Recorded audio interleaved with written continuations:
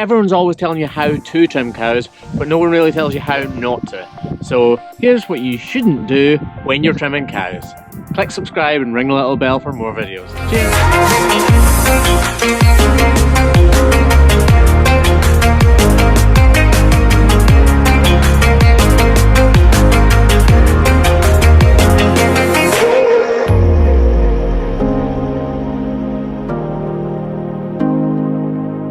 Okay, so these cows are all dummies, but this cow here might need a bandage. This is how not to put a bandage on. Bandages are stretches, so they constrict, a bit like a rubber band. How do you castrate a lamb? You put a rubber band on. You don't want to castrate a cow's foot, and anything you do that's even remotely like that is going to create extreme blood pressure in the foot, which is going to cause serious pain. So don't wrap your wraps around a cow's foot like this. You only need about 1/3 of a bandage to fully wrap a cow's foot properly. You don't need to tie it. These are cohesive bandages, so just pull it against itself, and if it doesn't stick, tuck it in the back there. Always remember what you're trying to do is keep the product in place, and to do that you only need 1/3 of a bandage. So do yourself a favour, do the cow a favour, and just don't wrap this way. Don't dig holes. The cow in the video clip being shown just now has got a little abscess there, or has had a little abscess there in her white line, and I'm just peering away there to see if I can find it coming to a head. It's okay to do what I'm doing right now, dig that little hole, find where it goes, and then you need to rectify it. You need to take out that side wall to let any slurry or debris spurt out the side and stop it from compacting, which would make the problem even worse than it already is. If you dig that hole and don't remove the side wall, then all that's going to happen is she won't repair from the problem she's already got, and in most likely cases she will progress to being even more lame than she was before. So do yourself a favour, remove that side wall, allow the slurry and debris to be released, and let the cow heal.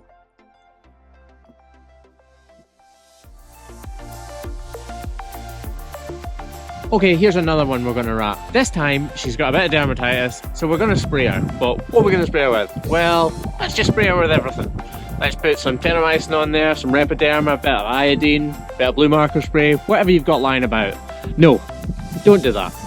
You don't know how these things are going to react against each other. One might cancel out the other. They might have an extreme effect. If you mix zinc and magnesium together, they create extreme heat. But both of these things individually can help cows' feet repair and heal. Don't mix things you don't know what they are. I see foot trimmers, I see people who are just working on farms, I see farmers covering cows in all sorts of concoctions that aren't tried and tested. And again, what are you trying to achieve? If it's dermatitis, use something that has been proven to work against dermatitis. If it's foul in the foot, use something that's been proven to work with foul in the foot. Don't just chuck everything you've got on there. It might look good at the time, but it doesn't work, so don't bother. Okay, modelling out. I go on about modelling out a lot. So you model the medial claw in the back, just mildly, and the lateral claw, a nice wide one. What I don't tell you to do is go into the triangle at the toe. So that's like the sort of sacred triangle, the bottom third of the toe. You shouldn't be modelling into that. That's part of the white line on the interior. So if you reduce that by modelling it, you're reducing the strength, and the cow doesn't have enough strength in that outer wall horn to support her weight properly, and it'll lead to cracks and lameness. You see this all the time when I pick up feet that have been trimmed by farmers, and it's good that they're modelling out, but we just need to learn why we're modelling out, where we need to model out, and where we really don't need to be modelling out. So keep it up the top, nice wide one on the lateral claw, nice narrow one on the medial claw, and we're good to go. Trimming around the outer edge of the wall horn. Now I get why people do this. We do it because it looks good. It looks nice and neat, and it's purely aesthetical. But all you're doing is reducing the weight-bearing wall horn that is on that cow's foot. Every little millimetre that you take off that wall horn reduces the cow's ability to bear weight on it. So yes, it looks good, but don't do it. All you're doing is creating an avenue for lameness to creep in. And yes, the farmer might think it looks good at the time, but he won't thank you in the long run.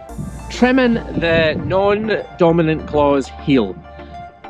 People do it because it looks good. They might say they're checking to see there's nothing in there, but in reality they're doing it because it looks good. A good white claw looks fantastic. It looks like it's properly finished, a good professional job. But it's not functional. What we are doing should purely be functional. So we want to get all of the weight bearing of the cow to be 50-50 between the claws, and if it's not 50-50 we should be aiming to return it to 50-50. Sometimes we'll aim for maybe the medial claw to carry more weight to relieve a lesion so that it can heal, but again, if you reduce that heel at all, even to make it just a little bit white, you've reduced it, so it's not functional at all. Always remember, everything we do in foot trimming to alleviate pain is to do with weight bearing.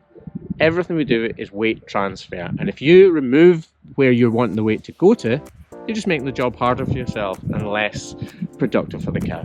I know I might sound like I'm yakking on, but I just want people to be aware of the downfalls of some of the things that people do for bad habits or for aesthetics that aren't necessary. Once you've trimmed a foot and put it on the ground, it's never seen again from the bottom angle, at least not the way you trimmed it. So remember, everything we do should be functional. It should be to do with weight bearing if it's not bacterial, so if it's not dermatitis or some sort of infection, then everything we're doing to the cow needs to be with the consideration of where will the weight be transferred to on this cow and why do we want to transfer it there. Will this cow be able to carry a full weight of herself on this wall horn? Have I left enough wall horn? Have I left enough height in the heel? All of these things should be taken into account. When you're bandaging and everything, yeah, we want to really do the best job we can, but unless you fully understand the components and the compounds that you're using, like Repiderma or these fancy sprays or even Terramycin, then we can't mix them because we don't know the outcome. It could be extremely painful or counterproductive for the cow. So remember, just read the back of the label, have a look on Google, do whatever you want, ask somebody, but don't just mix and match whatever's in the cupboard because it's not going to work in the end. Anyway, I've probably yacked on for long enough. Hopefully there's plenty of information in here to help you improve your cow's hoof care, and if there's any questions you've got, leave them in the comments below and I'll try to answer them. Cheers, bye.